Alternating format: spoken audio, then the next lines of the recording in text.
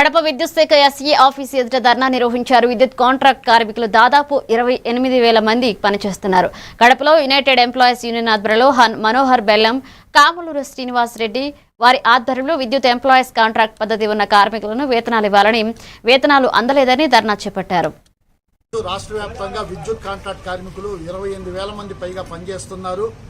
Assembly సాక్షిగా వాళ్లకు న్యాయం చేయాలని తెలంగాణ తరహాలో విద్యుత్ కాంట్రాక్ట్ కార్మికుల్ని సంస్థలో విలీనం చేయాలని నారా లోకేష్ గారు పాదయాత్రలో ఏదైతే మాట ఇచ్చారో ఆ మాట నిలబెట్టుకోవాలని ఈ బడ్జెట్ సెషన్ జరుగుతుండగా రాష్ట్ర వ్యాప్తంగా ఈరోజు ఎస్సీ ఆఫీసు ముందు, కలెక్టర్ ఆఫీసు ముందు ధర్నా చేస్తున్నాం. విద్యుత్ కాంట్రాక్ట్ కార్మికులకి పాత ఆపరేటర్ల పేరు మీద 29,000 ఇస్తున్నారు. కొత్త వాళ్ళకి కానీ, ఫీల్డ్ అసిస్టెంట్లు కానీ, వాచ్మెన్లుగా వచ్చిన వాళ్ళకి కానీ వేతనాలు పెంచలేదు.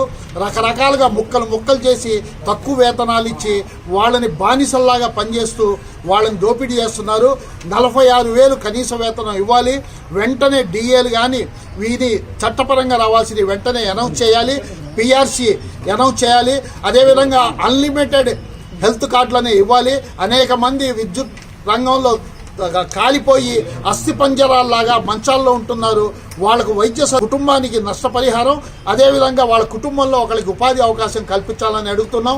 మొన్న చేసిన ఉద్యమం పర్మనెంట్ సంఘాలు కానీ, పెద్ద సంఘాలు కానీ విద్యుత్ కాంట్రాక్ట్ కార్మికులు సంస్థలో విలీనం డిమాండ్ వదిలేసి అచ్చం ఆర్థిక డిమాండ్లతో వాళ్ళు ఉద్యమాన్ని విరమించారు. కానీ సిఐటిగా మొదటి నుంచి మేము వాళ్ళకి మద్దతు ఇచ్చాము, సపోర్ట్ చేశాము, ఈ ఉద్యమాన్ని ముందుకు తీసుకెళ్తున్నాము. ఇప్పటికెలిసిన కాంట్రాక్ట్ కార్మికులందరినీ మేము విజ్ఞప్తి చేసేది ఏంటంటే, ఎవరు మీ తరఫున ప్రభుత్వం పైన రాజీ